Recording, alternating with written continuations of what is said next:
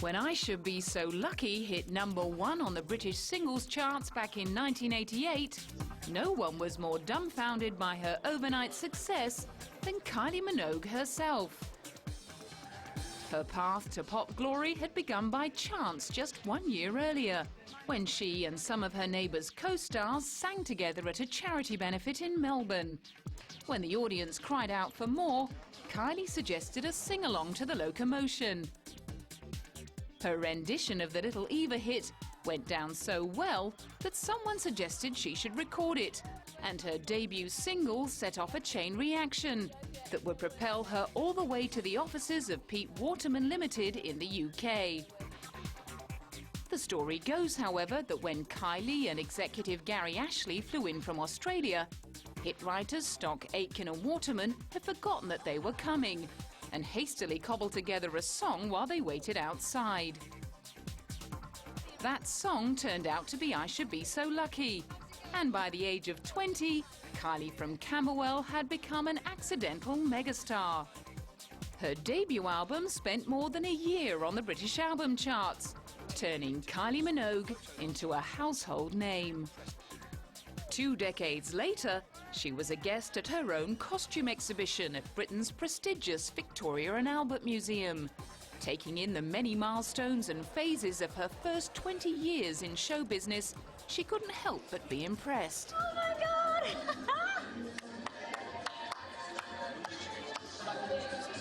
I've been busy.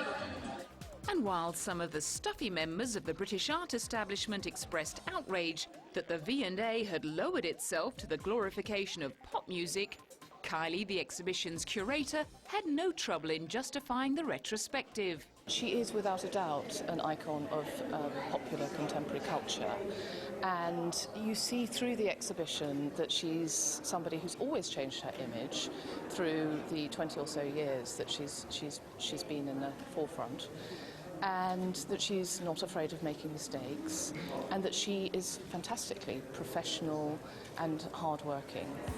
The exhibition stretched memories all the way back to the image that brought Kylie to fame in the mid-80s, as Charlene the mechanic in Neighbours. When her singing career took off in 1988, she ditched the overalls and left the show, along with her on- and off-screen partner Jason Donovan.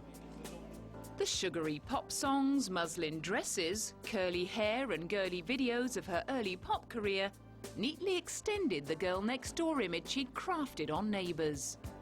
Her real-life romance with Jason also helped keep the spirit of Charlene alive. As well as recording the #1 duet Especially for You, Kylie and Jason sang together on the 1989 version of the Band-Aid single, Do They Know It's Christmas?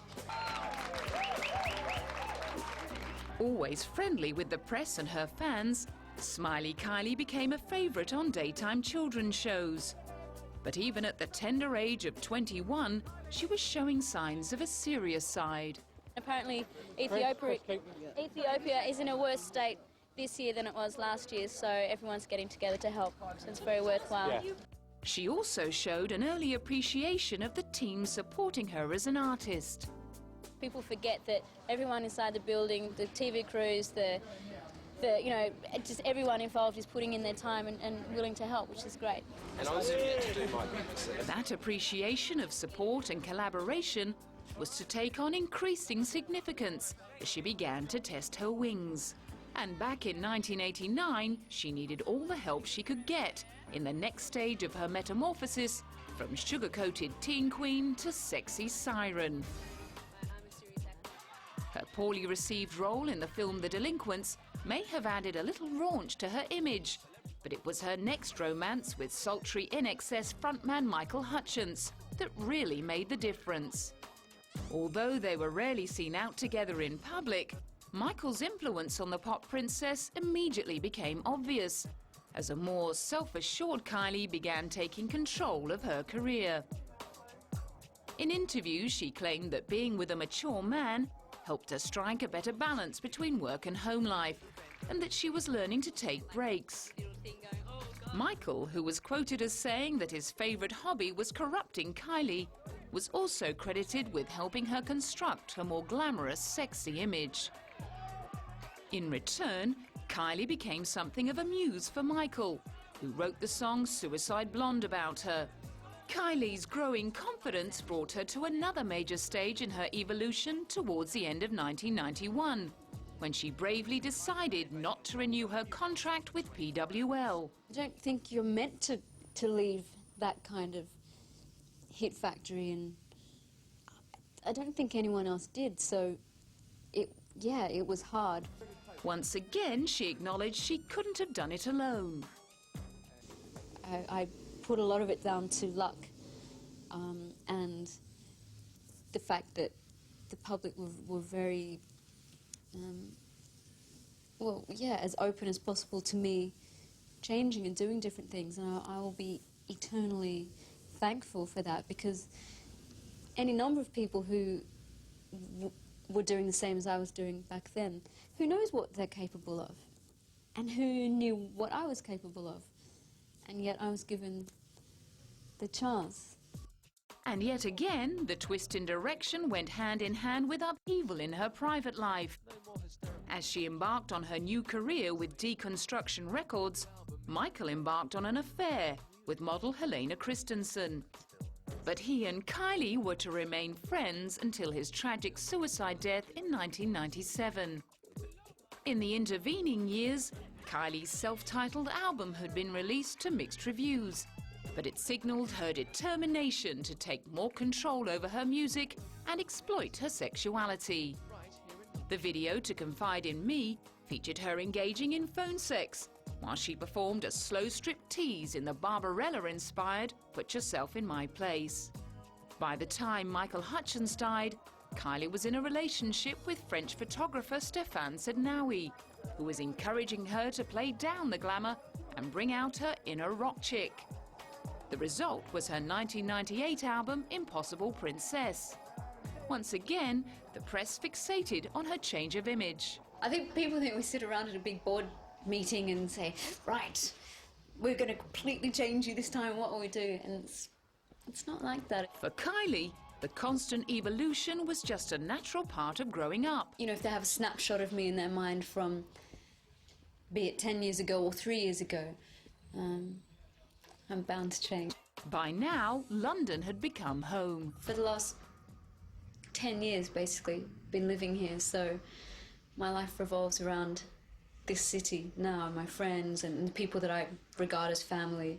Which made it almost a decade since she'd said goodbye to Charlene and neighbours. There's still that cringe factor for sure, but I'm far more accepting of that time, yeah. I mean, I look at, or if I see pictures of me from then, it's kind of like looking at a different girl. I think, my God. Madame Tussauds Wax Museum agreed and decided it was also time for them to update their image of the pop princess. The original figure, which had been commissioned way back in 1989, was looking hopelessly out of date, so they asked her to sit for another, and Kylie was delighted with the result. I think she looks pretty good. Yeah, they did a really good job. For the Queen of Reinvention, the update had been long overdue. It's a lot easier standing next to her than it was with the old waxwork. And I guess between 20 and 30, your face changes a lot. And so, yeah, it's a lot easier standing next to her. With luminous skin, flawless makeup and immaculate poise, it was hard to tell the real Kylie apart from her new wax effigy, which represented the next phase in her evolving career, and which was still getting the thumbs up from her loyal fans. She's brilliant, all her records are brilliant, she's brilliant, she's so nice. The songs are catchy and they're nice to dance to. I just think she's beautiful. She's improving every day, like, she's not getting worse, that's for sure. She's getting better every day. At 30 years old, the pop princess was finally breaking free from the restrictions that had governed her earlier output. I look back at when I started, which was very controlled, but it worked at the time, and if they had said to me, look, you tell us what you want for your next album, it wouldn't have worked. In retrospect, they were, didn't do much for my confidence at the time, but it worked. I can't deny that, and they were very clever.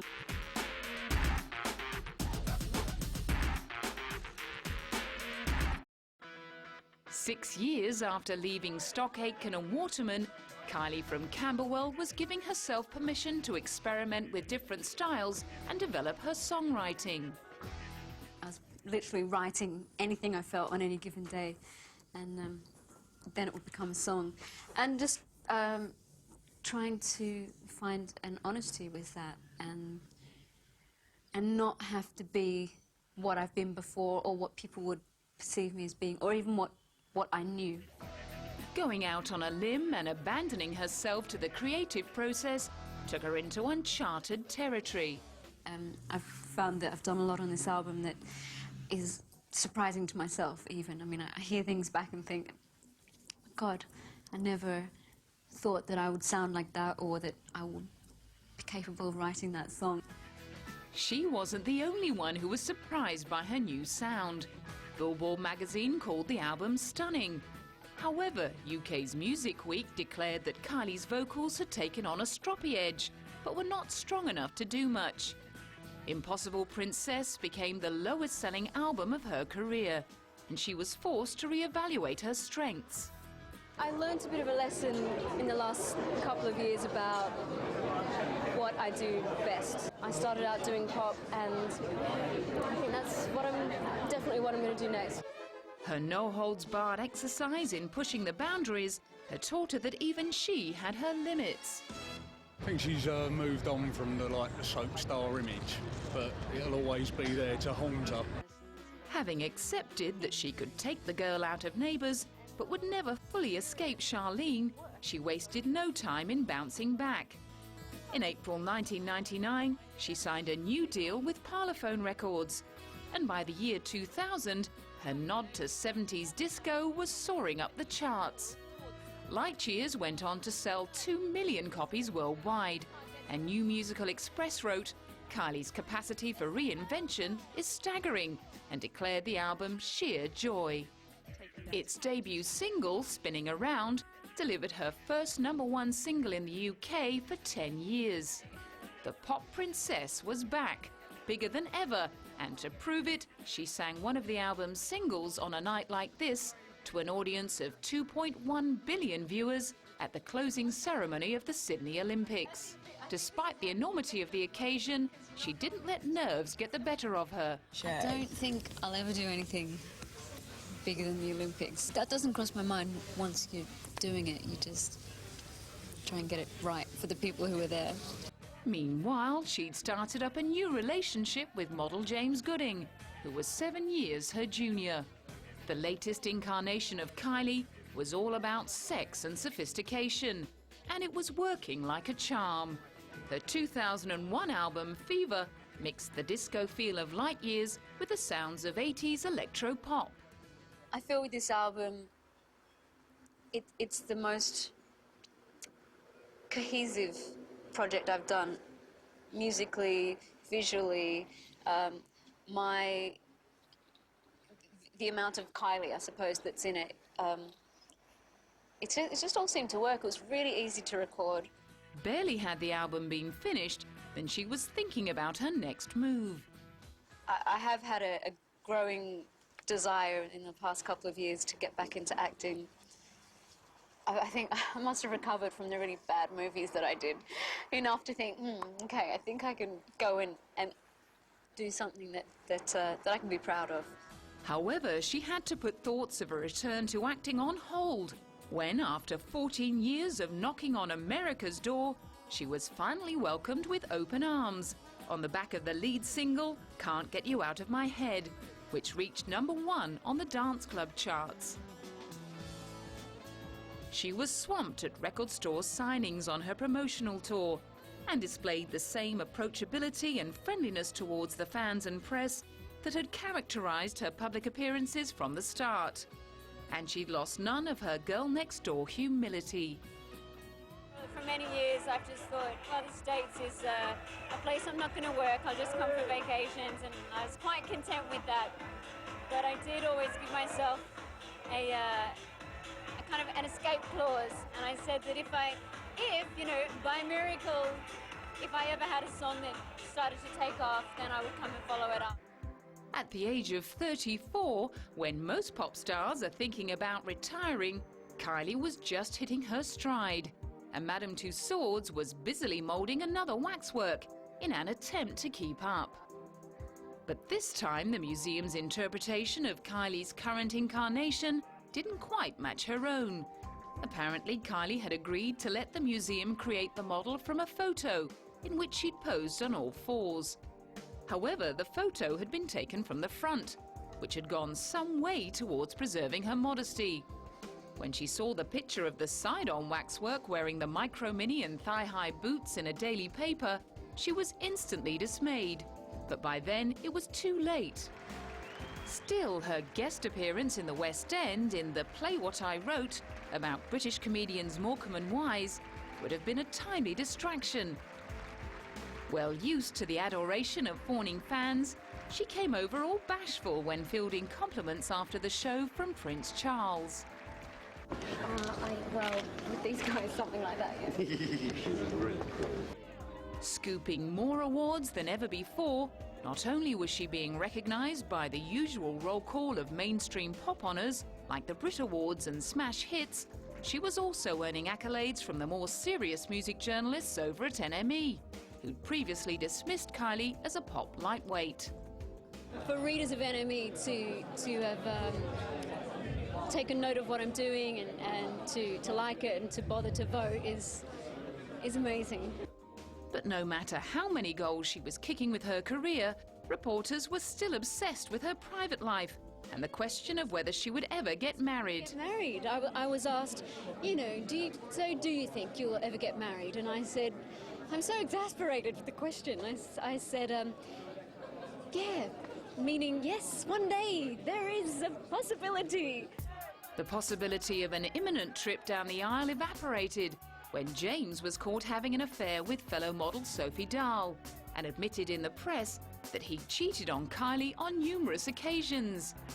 In an interview with a Sunday tabloid, he accused the pop princess of being a self-obsessed control freak who would end up a lonely spinster.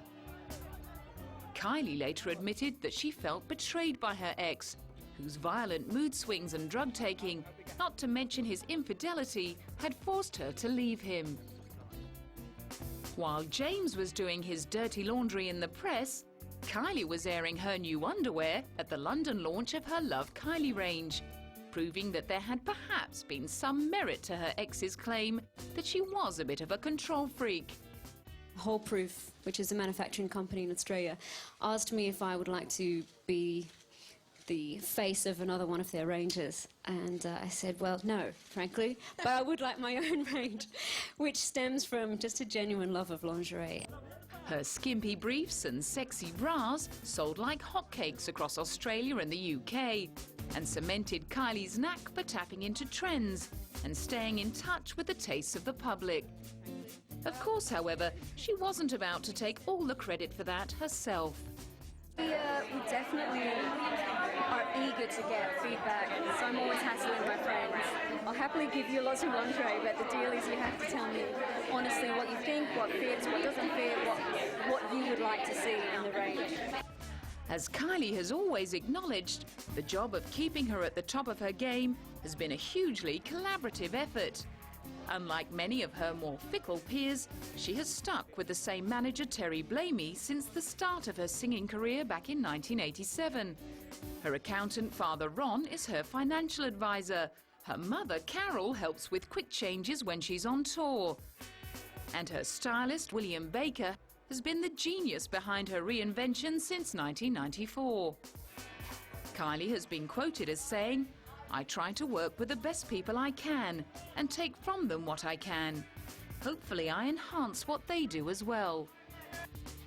In 2001, she successfully enhanced the pair of gold hot pants that William had found in a London flea market for 50p in the video for Spinning Around.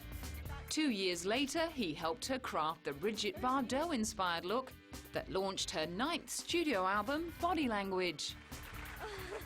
Now in her mid-30s, she was trading in the sizzling sex kitten image for a more mature, sultry one, a change that was also reflected in her music. But I think it's it's indicative of pop music today. You can't really separate your image from your music, so I think it works. I think it just reflects me being a 35-year-old woman. The tempo's down. There's been a few people that hear the album and go, okay, so where's the big, you know, club songs? And there really isn't any of those, but you can move to them. The album was launched with a one-off invitation-only gig at Hammersmith Odeon. And at a press conference, she spoke about the people who had influenced her growing up. Olivia Newton-John is the first one that comes to mind when I was 9 years old and wanted to be in those skin-tight black leggings and top and all of that. Madonna, moving on a little bit, probably to when I was 14. And in a frank interview to promote the album, she tackled the topic of her overtly sexual image. Part of what I've grown up with, the icons of mine when I was younger, were glamorous, sexy women. And I really, I don't think of myself that way. I go home and stilettos come off and slippers go on, and I'm really not very glamorous at all. So it's like role play, and it's something that I'm certainly not ashamed of. I try and have fun with it. She jumped at the chance to defend herself from the constant criticism that her provocative image was a thinly veiled attempt to distract people from her lack of talent. There's a lot of playfulness and there's a lot of history and a lot of serious work that goes into what I do. My job is to make it look easy for you, to make it look like, oh, I'm just luxuriating being a woman. I'm not. I work really, really...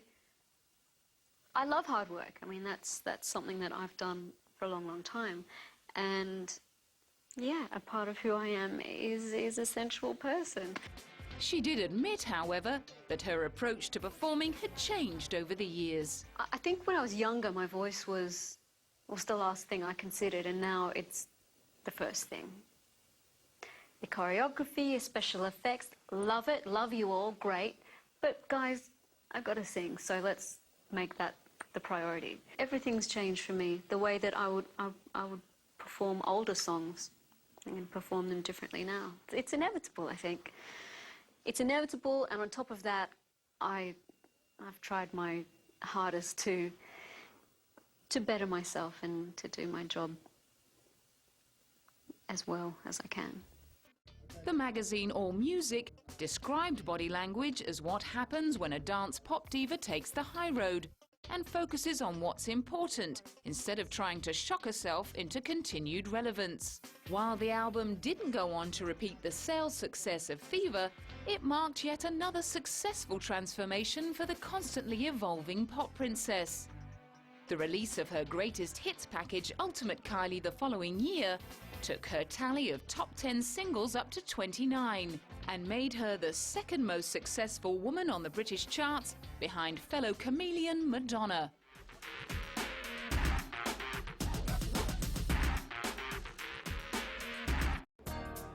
As commentators tried to make sense of Kylie's continued success, some put it down to her unique ability to combine the seemingly opposing characteristics of the seductive temptress and the girl next door. Through all her years of X-rated raunch and sauciness, Smiley Kylie had miraculously held on to her wholesome appeal and preserved her family-friendly status. Her honesty in interviews, down-to-earth sense of humour and continued approachability harked back to Charlene in the minds of her fans. She's just like the girl next door. She's like your best friend. She's wonderful. On her ITV special, An Audience with Kylie Minogue, she welcomed the star-studded audience as if she were hosting a children's show, then proceeded to invite the gathered guests to probe her with personal questions. When asked how she dealt with all the media attention, she advised them to cry when you need to, laugh as much as possible, and try and remember what's fact and what's fiction. Since the start of her career, she'd become used to waking up to reports that she'd suffered a nervous breakdown or that she'd just become engaged. Most recently, the media had been having a field day with the rumour that she'd fallen pregnant to her French boyfriend, Olivier Martinez. In fact, wide-of-the-mark reports surrounding Kylie's private life have become so commonplace that when the news broke that she'd been diagnosed with breast cancer in May 2005, it was met with skepticism. Nobody was willing to believe that little Kylie had been struck down by such a life-threatening disease at just 37 years of age. As the news sank in, it stunned her peers and fans alike, especially at home in Australia. Shock and devastation. I dearly love her and I have great respect. I guess I was shocked because we don't think that people like Kylie Minogue, this big sensation, is going to be, open to a disease. I think it's kind of ridiculous that we have this attitude because, of course, cancer can target any person. It doesn't matter how famous you are or how intelligent or how good-looking. It doesn't matter. It's indiscriminative. So it was a bit of a shock, but then in that sense, she's a human being, so it doesn't really matter. Messages of support flooded in, and even Australia's Prime Minister John Howard was prompted to comment. Well, I think everybody feels shocked and saddened. A young woman, Kylie Minogue, any young woman of that age, to be diagnosed with that condition, it does send a shudder through you. She's, an Australian icon, and she's represents Australia all over the world, so I'm sure that she's a bit of, one of Australia's golden girls, so I think everybody would be wishing her well. One person who understood exactly what she was going through was her childhood icon, Olivia Newton-John, who'd been through her own battle with breast cancer and urged the press and public to give Kylie the time and space she needed to recover in private. As Kylie retreated to her parents' home in Melbourne, her sister Danny flew home to be by her side, and the job of keeping the world posted was left to her spokesman and former record company boss, Michael Gudinski. I'm not privy to be discussing those details, but she'll go into treatment immediately, and obviously there'll be more news in a short period of time, but our thoughts and everyone's thoughts are with her, and like I said, she's a pretty fit girl and a strong girl, and hopefully it is pretty early, and hopefully with the great doctors there are today that she'll be out there strutting her stuff before too long. She was forced to cancel the Australian leg of her showgirl tour and underwent surgery to remove the tumour later in May. She then headed to Paris for further treatment. After undergoing chemotherapy, photos of her sporting headscarves and a cropped hairdo made the rounds in various news bulletins and gossip magazines.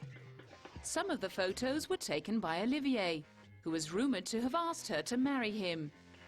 The same rumours claimed that Kylie had turned him down, fearing that his proposal may have been prompted by sympathy.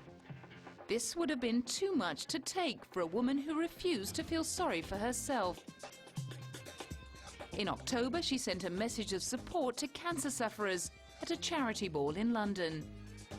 Her sister Danny read out the message, which bore the words, "I'm currently a cancer patient. I aim to be a cancer survivor." This is only possible with the incredible work done by so many within the field: doctors, specialists, scientists and volunteers. The message also sent solidarity to those whose lives have been affected by breast cancer and gave thanks to those who are helping in each and every way. Even while undergoing treatment, she was determined not to pass up on the opportunity to use her profile to promote awareness of cancer. It won her great admiration from breast cancer campaigners. Being breast aware, which is the message that she's giving out, is really important. 41,000 women are diagnosed with this disease every year in the UK. So being breast aware and recognising the signs and symptoms of breast cancer is really important. Proving that she was still very much looking to the future, she also found the energy to write her first children's book, The Showgirl Princess, and to begin work on the launch of her first perfume, in collaboration with Coty. In early 2006, reports began to emerge of her improving health, and in June, she appeared on stage unannounced at one of her sister Danny's concerts, to the hysterical delight of fans, one of whom managed to record the moment on his mobile phone camera. Absolutely shocked. Everybody was just like, oh my God, it's Kylie. The grainy footage wouldn't have won any awards for cinematography, but it was proof positive that the pop princess had taken her first steps towards a fairy tale comeback. The next month, she showed off her chic short hairdo as she worked her way to the front of a Chanel show in Paris. 2 months later, she was doing it for the kids at a packed-out London bookstore. Looking radiant, she was overjoyed to have finally fulfilled her father Ron's prophecy. My dad will love this. He's always said, one day you're going to write a children's book. I know that sounds impossible, but I remember that from being a child. The aim behind writing The Showgirl Princess was to give young girls an insight into her life and to instill them with the importance of self-belief and the value of friendship and teamwork. For those who queued for hours to meet her, she'd already become a huge role model. I think it's really amazing, like, how strong she is, and like, she's looking as gorgeous as ever. I think she's really strong to actually come back and face our fans again. She's a good singer, and I like her music, and she's nice. I think everything I'm doing at the moment feels slightly monumental because I'm here and it's happening, so. However, it seemed as though she still hadn't learned to stop and smell the roses. Despite rumours that even her bosom buddy William Baker had advised her to retire and take time out, the Kylie juggernaut was firing on all cylinders. First up, she was hitting the catwalk at the Dolce & Gabbana fashion show. After that, she revealed that her favourite designers had been hard at work, coming up with more costumes ahead of the resumption of her interrupted showgirl tour. And Kylie was ready to roll.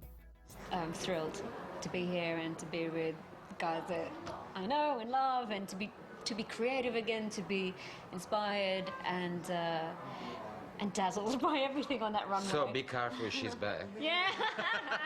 Attenzione. With her D&G costumes packed, she headed to Sydney.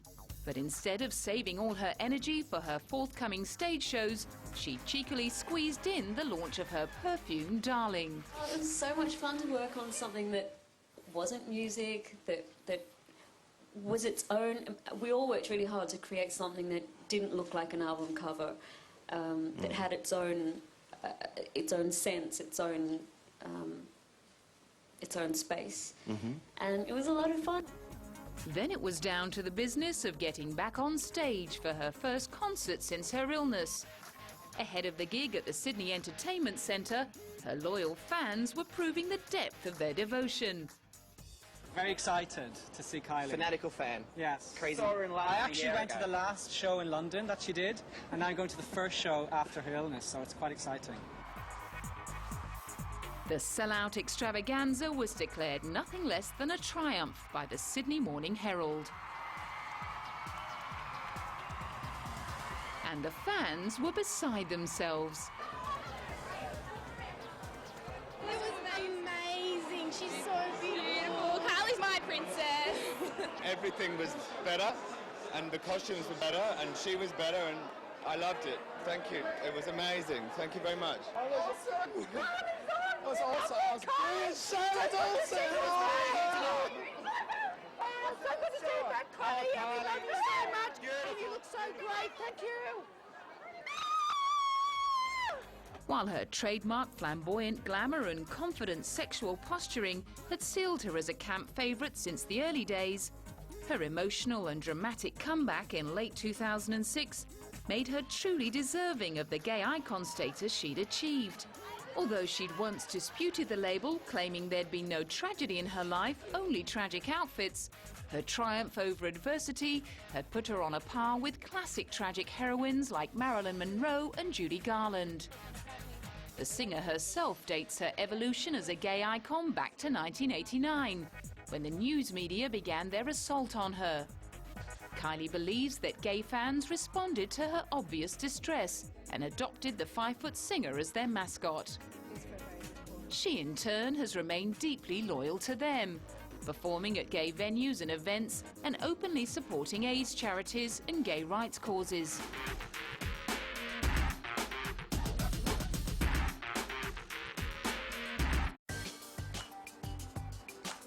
few months after returning to the stage, Kylie's 20-year love affair with High Camp was being celebrated at one of Britain's most highbrow art venues. Coming together in all their glory at the Victoria and Albert Museum were the Voodoo Inferno dress, the leopard print catsuit, the pink Galliano corset and the muslin cotton dress from I Should Be So Lucky, and some rather oily reminders of her time on Neighbours. The exhibition goes right back. In fact, we have the overalls from Charlene in Neighbours. But it starts, I suppose, in 1987 with I Should Be So Lucky and the Jenny Bannister muslin dress. And it takes a look at her changing image through videos and also in performances.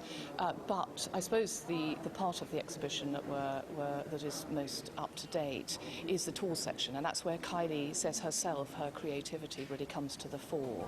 The exhibition also included the famous white hooded jumpsuit that Kylie barely wore in the video to Can't Get You Out of My Head.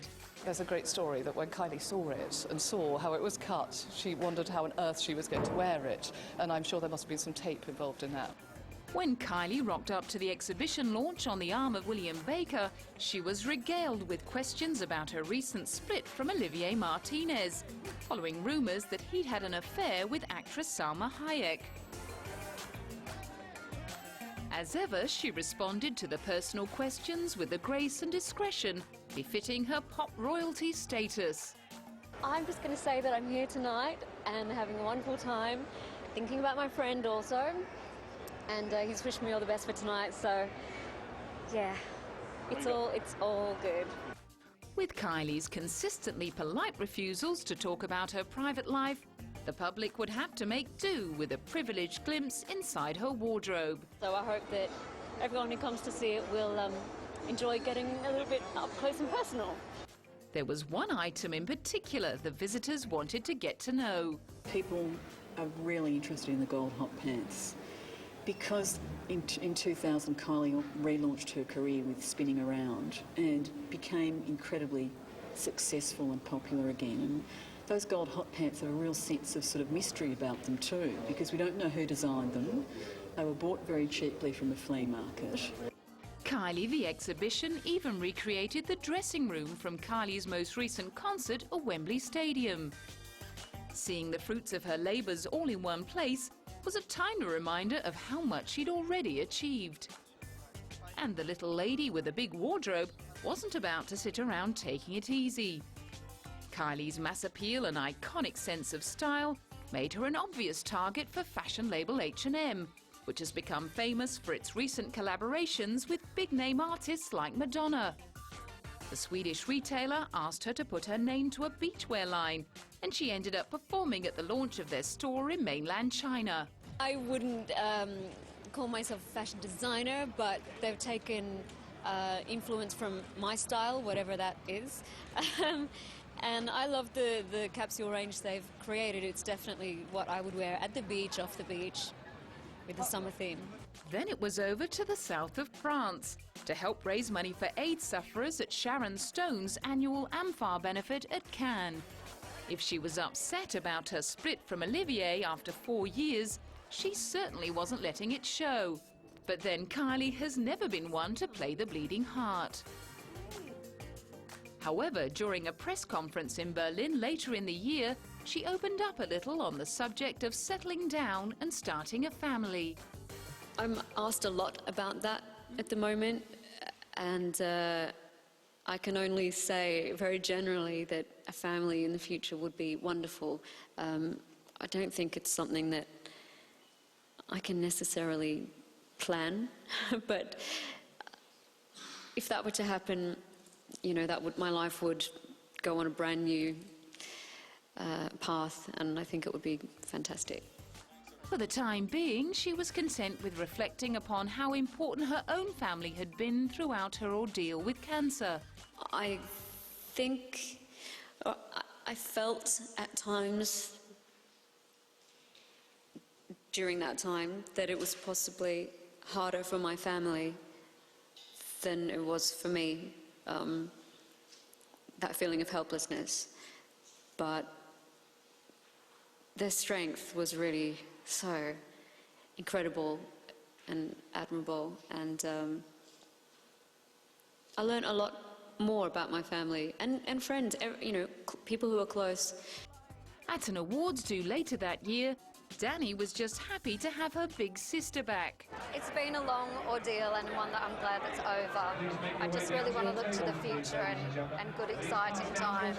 She was there to present Kylie with the first Music Industry Trusts Award ever to go to a woman in its 16-year history. Surrounded by a long list of luminaries with whom she collaborated over her career, including Jake Shears from Scissor Sisters and 80s singer Kathy Dennis, who produced Fever, clearly she was out to have a good time. This is just such an enormous honour, and I really thank you from, I won't say the heart of my bottom, from the bottom of